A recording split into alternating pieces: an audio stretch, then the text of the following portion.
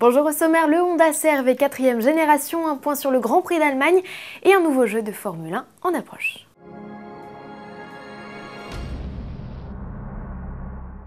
Du concept à la réalité, il n'y a qu'un pas qu'a décidé de franchir Honda. Le prototype de CR-V dévoilé en mars dernier au salon de Genève se concrétise enfin. Voici donc la 4e génération du SUV. Le modèle apparaît nettement plus statuaire que son aîné. Optique effilée, capot et pavillon allongés renforcent le dynamisme du modèle en perte de vitesse face à une concurrence toujours plus créative. Alors pour éviter de se faire distancer, le CR-V 2012 mise sur de nouveaux atouts.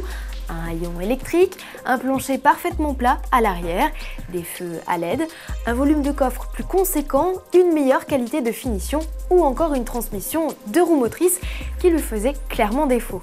Seul le bloc essence optimisé à 155 chevaux en profite. Le 2 litres de diesel de 150 chevaux reste uniquement proposé en 4x4. Honda a particulièrement abaissé les émissions de CO2. Le malus tombe à 200 € sur le diesel et à 750 € sur l'essence. Le CR-V 4e génération sera assemblé en Angleterre. Le lancement est prévu en novembre, avant une présentation au Mondial de l'Automobile de Paris. La Formule 1 fait étape ce week-end en Allemagne pour le 10e Grand Prix de la saison, une manche qui marque aussi le retour de la F1 à Hockenheim, proposé en alternance avec le Nürburgring. Le tracé est moins apprécié que ce dernier. Jean-Louis Moncet nous explique les raisons de ce désamour. C'est un tracé un peu mièvre, il faut bien le dire. Depuis que le grand Hockenheim des années 70-80 a été un petit peu défiguré par notre ami l'architecte Thielke, bien sûr qu'on préfère le Nürburgring parce que les virages y sont bien plus intéressants, dans une ambiance toujours un peu glaciale, on est dans la montagne. Là, on est à Hockenheim, c'est tout plat.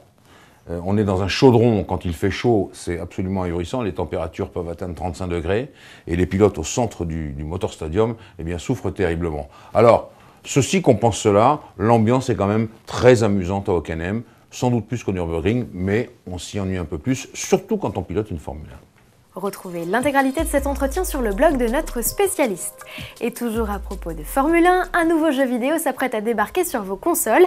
F1 Race Star, annoncé en novembre sur Xbox 360, PS3 et PC, met en scène les pilotes du championnat, grimés façon cartoon, à l'assaut des circuits de la saison comme Silverstone ou Monaco. Des tracés réétudiés pour proposer quelques subtilités à l'image de cet improbable virage en épingle relevée. L'éditeur du jeu, Codemaster, a de la suite dans les idées et devrait proposer, à l'image de Mario Kart, des bottes secrètes pour déjouer les tentatives de dépassement des adversaires. Ça promet. En attendant d'en profiter, vous avez toujours la possibilité de jouer sur Facebook au jeu Micro Race. Le graphisme et le concept sont moins novateurs avec des circuits en 2D. Seul objectif commun, réaliser le meilleur chrono. Les meilleurs pilotes seront récompensés. À la clé, un casque de Romain Grosjean dédicacé. À demain.